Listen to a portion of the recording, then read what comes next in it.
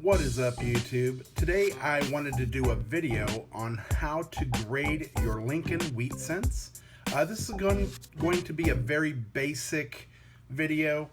If you want more details, you can always go online and find even more details on how to grade your coins. This is just meant to be a very basic tool to help you figure out approximately what your coin's grade is. The first thing we're going to talk about is about good. Now the design on your coin is just going to be basically outlined. Parts of the date and legend are going to be worn smooth. On the obverse, the head is outlined with nearly all details worn away. The legend and date are readable but very weak and merging into the rim. On the reverse, the entire design is partially worn away and parts of the wheat and motto are merged with the rim. All right, next up we're going to talk about good. They're going to be heavily worn. The design and legend are visible but faint in spots. On the obverse, the entire design is well worn with very little details remaining. The legend and date are weak but visible. On the reverse, the wheat is worn nearly flat but is completely outlined and some grains are going to be visible. All right, the next grade we're going to talk about is very good. It's going to be well worn. The design is clear but flat and lacking detail. On the obverse, the outline of the hair shows, but most details are smooth. Cheek and jaw are very smooth.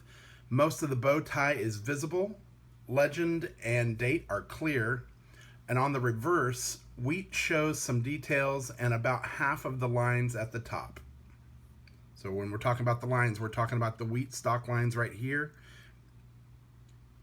All right, let's talk about fine condition. It's going to be moderate to heavy, even wear. Entire design is clear and bold. On the obverse, some details show in the hair. Cheek and jaw are worn nearly smooth. Liberty shows with no letters missing. The ear and the bow tie are both visible. On the reverse, most details are visible in the stocks. Top wheat lines are worn but separated. So we're talking about these lines right here. You will be able to see those lines. They're worn but separated.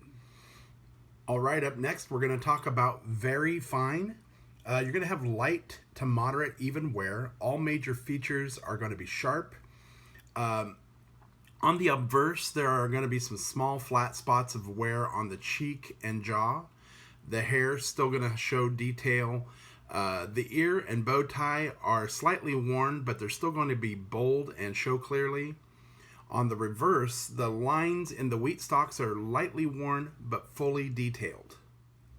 All right, the next grade we're going to talk about is extremely fine. You're going to have very light wear on only the highest points of the coin. On the obverse, wear shows on the hair above the ear, on the cheek, and on the jaw. On the reverse, high points of the wheat stalks are worn, but each line is clearly defined. And you're going to have traces of mint luster showing on your coin. All right, up next we have the AU, or about uncirculated. You're going to have small traces of wear visible on the highest points.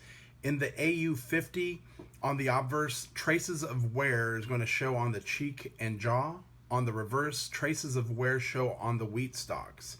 Now in AU 55, on the obverse, only a trace of wear shows on the highest points of the jaw.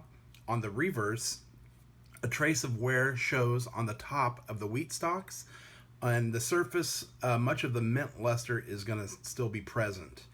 And on the AU 58, you're going to have some signs of abrasion, high points of cheek and jaw, and on the tips of the wheat stalks. When you start getting up into the mint states, they are very difficult to grade, and in my opinion, getting it professionally done is probably the best thing you can do. So I hope this video helps you be able to grade your coins and kind of figure out what state that the coins that you're finding are in. Please give me a like, subscribe, and share, and we'll see you next time, and happy hunting.